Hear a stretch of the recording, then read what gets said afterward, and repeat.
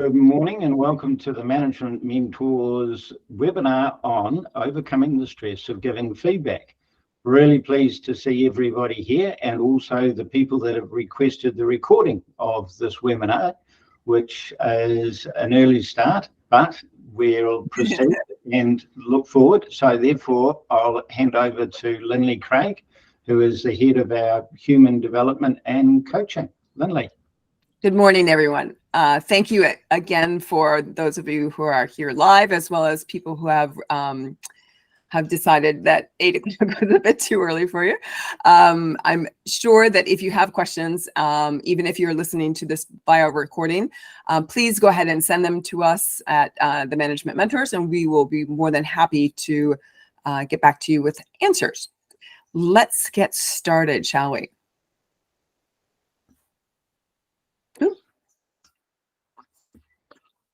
All right.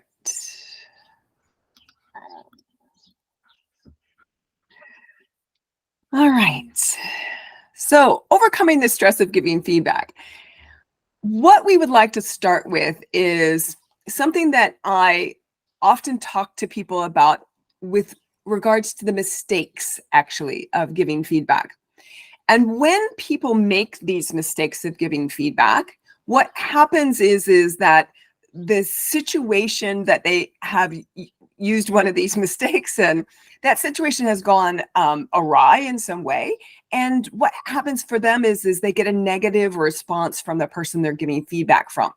And so that then gives them a memory of feedback is hard, or feedback doesn't work, or when I give feedback, it's really stressful, because they've had an experience of potentially doing one of these things and then having that result of that person having an emotional response or potentially shutting down, and they don't know how to overcome that situation. So I'm just going to quickly run through these particular 10 mistakes of giving corrective feedback. And there's going to be more information on this later on, especially on our website, through blog posts and some videos that might be interesting for you. Now, the first one is no documentation. And so it's important that whenever we're giving feedback to somebody and it's a corrective feedback situation, that we're documenting that discussion. And that's primarily to basically cover our butts. And what we're doing is we're creating a paper trail for ourselves, as well as potentially a manager who might take over from us if we get sick or if we get a promotion. It also helps our human resources department if it ever comes into a disagreement that might end up in an arbitration or a court. That's really important. The next thing is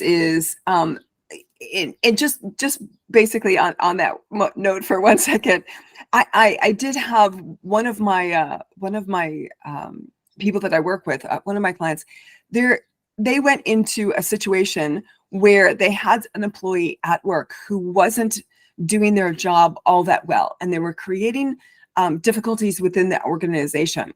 And what that person kept doing was trying to help. And they avoided the conflict because that was really stressful for them, of giving that correction that person needed to tell them really what was going on and how their behavior was disturbing the rest of the organization. And sure enough, they did end up in court. And sure enough, because there was no documentation and really no corrective feedback, that organization ended up paying that person out. And so there is a consequence of not doing some of these things. All right, so the next one is tell them how to fix it. This is a common mistake a lot of leaders use, is just basically saying, here's the problem, here's how you fix it, go away and fix it. And most of the time they do that because of the fact they think it's simpler or easier, or it takes less time, or what have you. And what you end up creating is a bunch of very needy and very time-consuming staff or employees that you have on your team, because they're always going to constantly come to you to fix the problem. And that's going to become overwhelming for a leader after a while, because when you're meant to be doing strategic work, when you're meant to be doing the work that you get paid for, you're not going to have that time, because that staff are going to keep coming back to you asking for more help. We want to empower people. We want to be able to get them to do stuff themselves. And that's not going to happen if we keep telling them how to fix things. Next, if a leader goes into a situation, they've given the corrective feedback and then they just don't follow up with it. And so the person who has received the corrective feedback, they're in a situation where they're thinking, well, does this really matter? Because, I'm trying to do this and I'm trying to correct this, but nobody seems to care whether I do or not. And sometimes the person thinks that they've corrected and they really haven't. And then later on, it's going to come up again. And again, it's going to be one of those situations where somebody, the person who received the corrective feedback in the first place, sort of feels like it's an endless loop. So being able to follow up with a person, especially quickly afterwards, like a week or 2 weeks afterwards, to get the ball rolling as far as you inspecting what you expect. It's quite important. Another thing a mistake that people make is giving feedback about all of the things that are going wrong at the same time. And so what they do is they sort of overwhelm the poor employee with, well, it's this and it's this other thing. And oh, by the way, have I mentioned this other thing too? And that person feels quite attacked in that situation. We always want to give feedback, just one thing, one particular behavior or one particular correction at a time. Super important. Now we have some videos coming up about the next 5 on our list. So being focused on you. And that basically means that when a leader is giving an employee feedback, they're saying, you do this and you did this and you do that. And all of the focus seems to be about the person, and it makes it very personal. And the person obviously will take it very personally. And then that person will get quite defensive in that. And 2 things will occur. It's either an argumentation or the person will just shut down, depending on how well they deal with conflict. So in that situation, it's like a fight or flight situation for the employee. And what I want you to do is I want you to focus on systems and processes instead of people. And so when we talk about something that didn't happen, we talk about the process or a system that didn't happen rather than the person who didn't do the process or system. I hope that's helpful. We'll talk more about that in the upcoming videos and blog posts. The other thing is that corrective feedback always needs to come with praise, and actually a lot more praise than corrective feedback. That's also important, and a huge mistake that most leaders don't do. I'm working with an organization. We've just done an employee survey in that organization. So company-wide organization survey, and find out that this is one of the major problems of the organization is most people don't receive praise from their supervisor or actually anybody within the organization. The timing of corrective feedback is also extremely important. We want to be able to give that corrective feedback as quickly as we can, rather than waiting until a year-end review, for example, to give the feedback. It's a bit late. The person's going to kind of wonder why you hadn't told them before. Waiting an entire year is a little bit excessive. What we want to be able to do is give that feedback as quickly as we possibly can. And there's circumstances, obviously, that might lend to the fact that it can't be immediate. And for example, if the person is in a room with other people, we don't want to necessarily give that negative feedback straight away. We might want to wait until they're outside of that so that they're not being reprimanded or corrected during a situation where they're with other people. This is an important thing, just to have that person be in a safe environment when they're receiving that corrective feedback. Another thing, and this is one of the things that I see most leaders do most often, is that they judge the situation prior to even talking to the client or talking to the the employee about what's going on. So they have already decided that the employee has done this error. They have made the mistake. They have whatever behavior that they have, it's wrong. And they're basically telling them to go and fix it without actually checking with the person what actually is going on in their situation.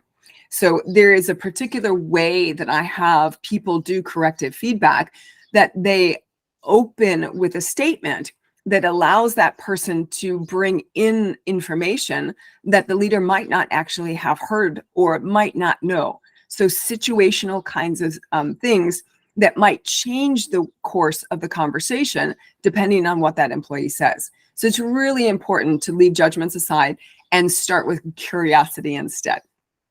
And lastly, the biggest mistake I see most often is that the communication about what needs to be fixed is not clear. It's not delivered very clearly. It's oftentimes very ambiguous. And so the employee walks away thinking that they know what they're meant to be doing, and come to find out they actually had a complete misunderstanding of that. So when these kinds of things, when one of these mistakes happen, oftentimes what's going to result is going to be that negative feedback from that employee.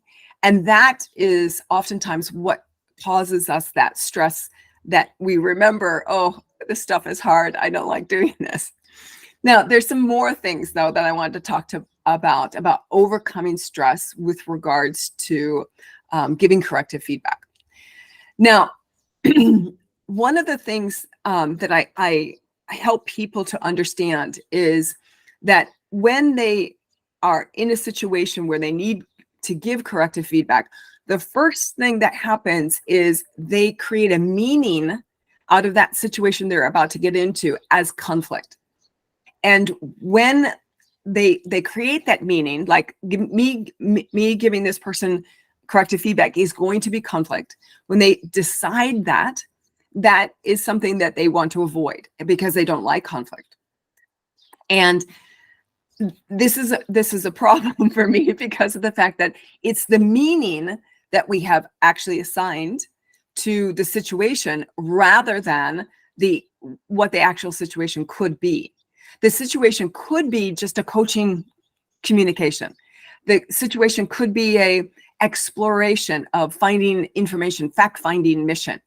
The situation could be curiosity about what's going on with that person rather than a necessity of having a situation where I'm going to go and have a conversation with somebody and it's going to be conflict. So I want the mindset of the leader to be in the right space before going into that.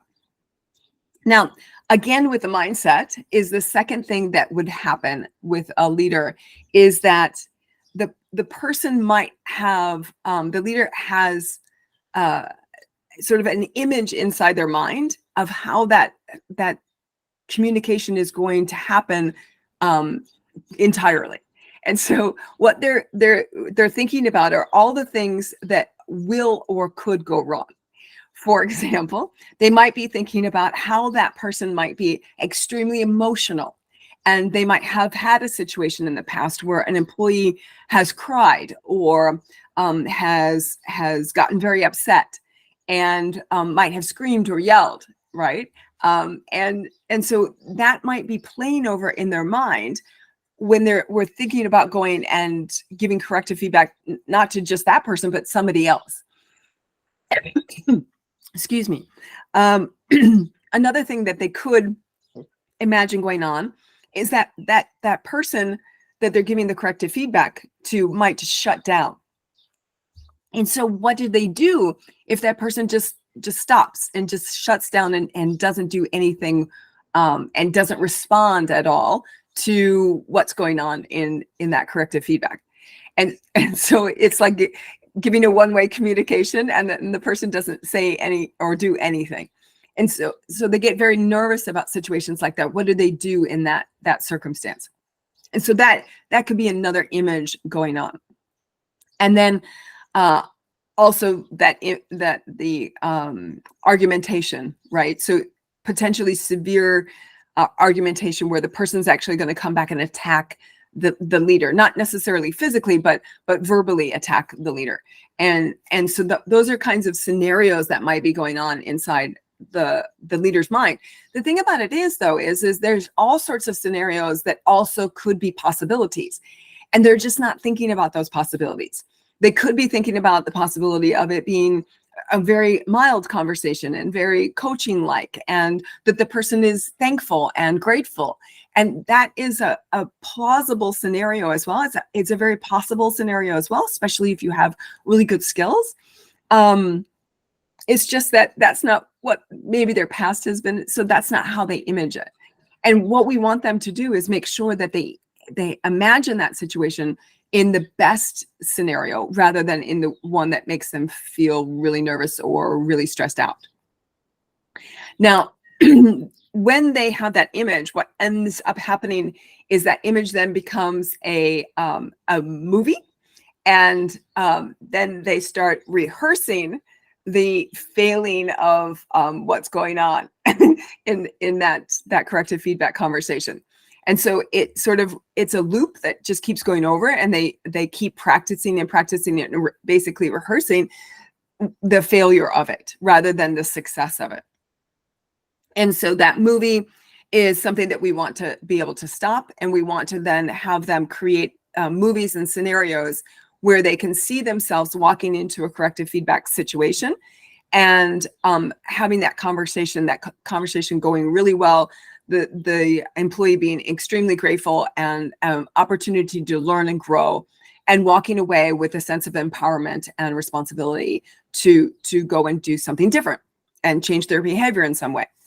And what we want is that movie going on and that picture and situation going on in the leader's mind. And we want them to have an understanding of how to be able to do that in a way that's extremely realistic to our mind. So we have two areas of our brain. One, the prefrontal cortex here, whereas if we did that kind of thing, there's this part of our prefrontal cortex where it says, yeah, I don't believe that's going to happen. And then we have this other area of our brain, this occipital lobe, where this is where we do visual rehearsal and we imagine things. And this area of our brain doesn't know the difference between real and imagined. So this is the this is the area of the brain where athletes are going to use this area of the brain and their visual rehearsal to be able to go and imagine their sport all the way through and their performance all the way through. And it helps them to create a situation of success for themselves. And so we want the same technology that's used in NASA and professional sports. We want a leader to be able to use the same technology with how their mindset works for going into these corrective feedback situations. Now, the next thing that causes stress for a leader going into a situation where they're going to have a conversation with an employee about something that's not going very well is they don't prepare for different types of scenarios. And they're not ready for a situation that obviously they haven't thought about or practiced. So for example, I'm working with a leader of an organization, and she went into a situation where she was going to give some corrective feedback to someone. And the reaction that the person had was about her. So what the reaction that the employee said to her was, "You looked very frustrated." And she didn't know what to do with that. She was very flustered with the fact that the person told her that she looked frustrated. And so she got off track of what she wanted to do and what kind of communication she wanted to have with that employee because of this sort of a ball thrown into the court that she wasn't really prepared to have to deal with. And so she's in a situation where she's saying, what do I do? What do I do? And not really prepared to do that. And obviously having gone through the situation, having come back thought about different kinds of possibilities of what if that happened again, how could she react. It's important to also understand is that when we start learning skills, those skills aren't in place immediately. We need to create neural connections in our brain to make them and practice them and make those neural connections really strong so that we are able to think on our feet very quickly and be able to go through those scenarios. And when things are thrown at us in these kinds of communications, we can handle them on the spot, and we can handle them very easily and very calmly. So that's really important to do. And the last one here is that the person doesn't manage their own state very well. And so there's lots of different ways that people can manage their state. And unfortunately, a lot of people don't know how to. And so instead of thinking about how they're feeling and things like that, they just go into the communication, and they're in that communication however they're feeling. So if they have just had a conversation with their spouse or something like that, and it didn't go very well, and so they walk into that meeting and they're still carrying those feelings with them, and that's not a great place to be. And one of the things that we know about in some research that was done in the United States about court rooms is that you always wanted to have your court session, if it was a sort of a misdemeanor kind of action, you wanted to always have your court session in the morning when the judge was fresh, rather than the afternoon after lunch, because sure enough, the timing of when you went to see the judge had a lot to do with what your sentence was going to be, or what your punishment was going to be, or what you were going to get away with. And so it was really important to understand that as a leader, your state does matter, and you want to check your state. Check your state before you enter a room, and make sure you're not carrying stuff with you from other meetings, other conversations, other situations, or stuff that's just going on for yourself. Now, one of the ways that I teach people how to do this is two kinds of things. So first is a situation where you're really anxious and you're really nervous about going in and having that conversation. And maybe you have started practicing your skill sets, but you're not quite there yet, or you haven't learned the skill sets I'm talking about here. And so you're quite anxious about that communication. What we need to do is balance where we are internally. And so now I have to get into a little bit of science here for you. So our nervous system is controlled, our autonomic nervous system is controlled by two systems inside. So it's the sympathetic nervous system and the parasympathetic nervous system.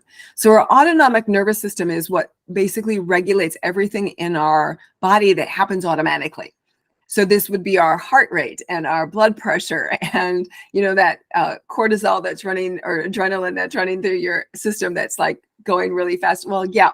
So all of that kind of stuff that sort of happens automatically that you don't really have a lot of control over, that is governed by the autonomic nervous system. So two branches, sympathetic nervous system and the parasympathetic. Now, if you think about the sympathetic nervous system as sort of the accelerator pedal of your car, and the accelerator pedal is our get up and go. So that's where our cortisol, our adrenaline comes from. It's our movement. It allows us to be able to, get stuff done. Now, the other side is our parasympathetic, and our parasympathetic is our calming function. And so they're supposed to work happily in tandem together.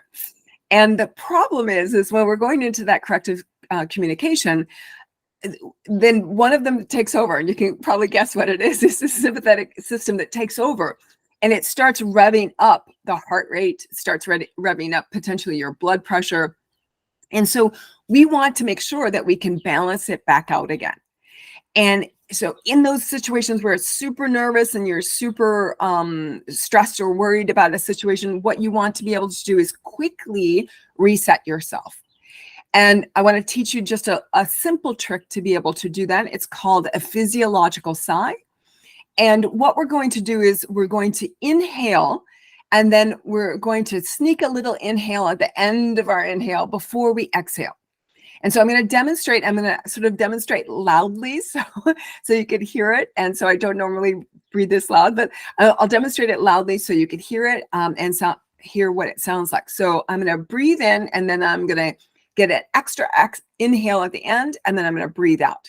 So it sounds like this.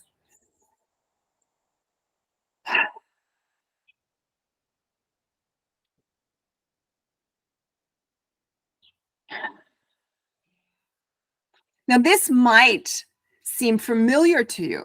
So if you've ever been into a situation where you were really upset, or perhaps you might have been crying, there's a bodily reaction that automatically does this for you. So kind of at the end of you being upset or that crying state, your body automatically does this to it. It's like, and we do this kind of extra inhale and then this exhale that we have. And what we want to be able to do is we want to be able to do that about 3 to 5 times. And it absolutely 100% balances the sympathetic and the parasympathetic nervous system so that they can work better and in tandem. It puts your heart rate back into a normal, coherent pattern, which is what it is meant to be in.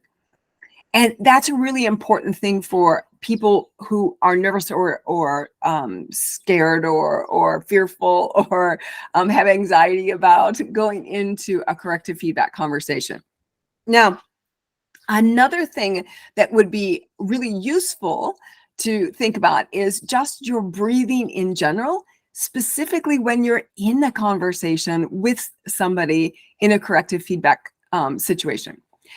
Most people, when they're in that kind of situation, will hold their breath. And it's really important that you don't do that, of course, because now you're screwing up that sympathetic, parasympathetic nervous system balance. When you are in a situation, even if it's not a corrective feedback situation, any kind of situation where you're feeling a bit anxious or you're feeling a bit out of sorts, what you want to be able to do is pay attention to your breathing, because it's a really simple thing to do and nobody notices that that's what you're doing. And what you want to be able to do is just track your breath as inhales and exhales for a count of 5. And what I would be doing if I was sitting in a situation where I'm, somebody's talking to me and it's an uncomfortable situation or something, I could just sit and quietly count to myself 1, 2, 3, 4, 5 as an inhale, and 1, 2, 3, 4, 5 as an exhale. And again, all that's doing is helping my heart rate to stay in a coherent place, my parasympathetic and sympathetic nervous system to balance and stay equal to each other, so that my cortisol and my adrenaline and the parasympathetic system isn't taking over, and that my sympathetic system isn't taking over, and my parasympathetic system also isn't also taking over, as in depressing or calming, i.e. checking out. So when we're in a situation, that also can happen for some people in stressful situations where they want to kind of flee and go inside, where that's that calming function really taking over. And so just by a simple breath work allows you to be able to be in a situation where it can be uncomfortable, but you can be in a calm and in a situation that allows your brain to work in its best capacity. Because when that sympathetic nervous system takes over and it gets out of whack, then basically all of the signals that go up to your head in your brain to make your mind actually work properly and for you to make great decisions, for you to come up with creative solutions, for you to be able to think properly, all of that's out of whack as soon as that nervous system takes over. So that, really high level heart rates or incoherent heart pattern that's what's going to cause your brain not to function exactly the way it should. It's almost as if they've done research on it. It's almost as if you were either slightly drunk, high, or you lose about, I think they said it's about 9 points on an IQ scale. So it's actually really important that you think about it that way, because it does matter. Now, all of these kinds of things I have put together into a course, and we're running a TMM 6-month leadership coaching program. And I just want to go briefly through this with everybody, just to give you an introduction to this. It allows us to show you what we're up to, what we're going to be doing in the future. So we have 6 modules during this particular course, and we're going to be talking about it very much based on communication, this corrective feedback, and giving praise. This has a lot to do with a leadership program, and communication piece is essential for leaders to get right, not only in the praise and corrective feedback, but in other areas of their work. For example, in delegation, it's really important to be able to delegate properly, clearly communicate. Really important. Also, then be able to create a situation where you're working with people, that you're creating empowerment within your employees, so that that delegation works really well. We want employees to be empowered. We want them to have responsibilities. We want them to grow and learn themselves, because those employees there are there to support us. And the stronger they are, the more ability as leaders we have to do what really matters for us. And that's typically going to be strategic worth or growth of the company. And that's obviously super important. Now, the last module we would be working on in that 6-month course is goal setting. So each one of these, the communication is going to be a one month working just on communication, praise for 1 month, corrective feedback for a month, delegation, empowerment, goal setting, each for a month. So here are the details of the program. So it's a 6-month leadership program, as I said, and we're looking at a small group course. So maximum of 10 people per session that we have. And basically what it is, it's going to be 2 coaching sessions per month. And we start in March. And what that looks like is we're going to have 90 minutes per coaching session. So there's going to be some content given to the participants. And then what they're going to be able to do is they're going to be able to use that content in a particular scenario where we're going to go ask them to go and do stuff. And then they're going to come back and tell us what happened in their little experiment, utilizing the skills that they're learning. Now, the course is done in a way that all the material layers basically on top of each other. So the things that are learned at the very beginning of the course are continued, and we just throughout the course and continue to develop those thoughts and those ideas and concepts through the entire program. Now, of course, all the coaching sessions are recorded, so that if anybody is in as a participant, can't be there for whatever reason, they can always check on the recording. And we are also going to be meeting 2 times during the 6 months live. So we can do the sessions live. That gives all the participants the chance to meet each other, as well as to meet the trainers that are going to be there, myself and Neil. And then our last coaching session will obviously be in August, 6 months later. And during the course, all of the participants have access to the trainers through text message or group chat, as well as email. And if people need to jump on phone calls as well, not a problem. And after the course is completed, we obviously have some ongoing development courses that they can look at, or ongoing development if they have specific situations or specific scenarios that they want to cover just for themselves. So this is our TMM program, and this is the most most important thing for Neil and I to bring to the community, especially into the law community, because we see that there's opportunity for people to learn and develop and grow. And we wanted to give it in a way that continues that growth over a long period of time, which allows the behaviors to change over that 6-month period of time as well. And also be able to work within the sort of the law time frame, right? So we wanted to make sure that it didn't interrupt too much of the day-to-day activities within for the leader in a law firm. At the same time, we wanted to make sure that they had the ability to continue to develop and grow themselves. All right. So that is it for me. And just any questions, anybody would like to make comments? Obviously, if you're watching this via recording, again, if you have any questions for us about the program or about corrective feedback, overcoming stress, physiological size, whatever, you can just go ahead and send us an email, and we'll be more than happy to get back and reply via email. All right, Lindley, just a comment to add. Yeah. As you mentioned, working in a law firm can be a stressful environment. Not only is there demands from clients, but also there is demands from other people in the firm.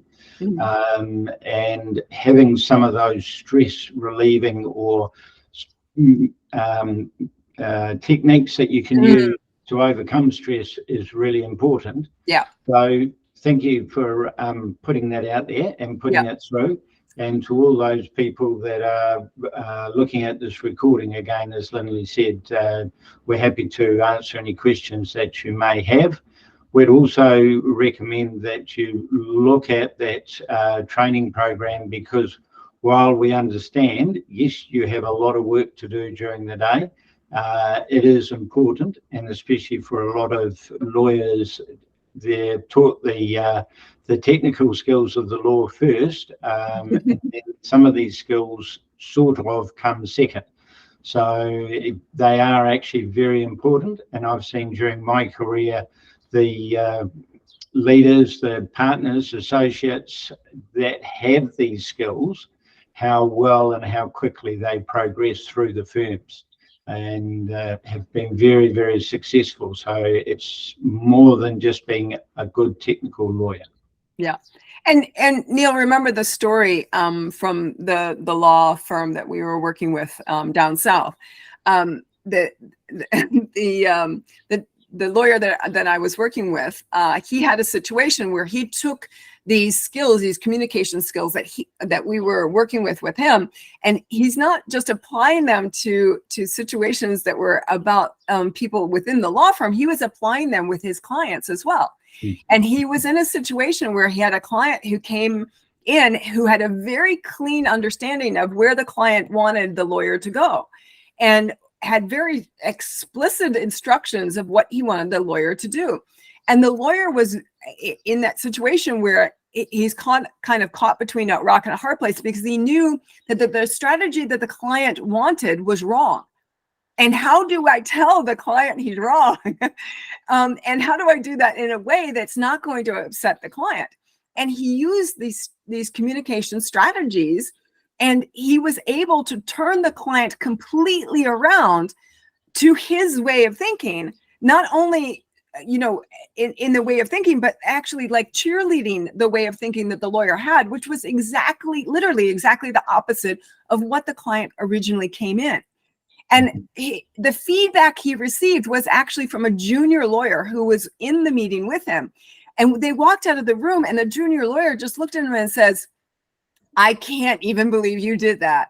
How in the heck did you get him to change?" And it was a basic communication strategy.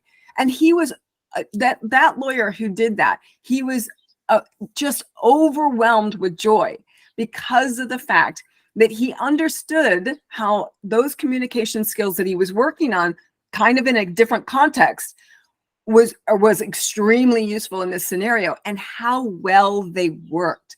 And his comment to me was, "I just can't wait to use them on the judge." All right. Okay. We're a little bit early, but I think it's probably an opportune time to wrap up. So, Awesome. Lynn, thank you very much for all your comments. And thank you for coming, Dina. We really appreciate you here. Thank you, everybody, for registering for the video.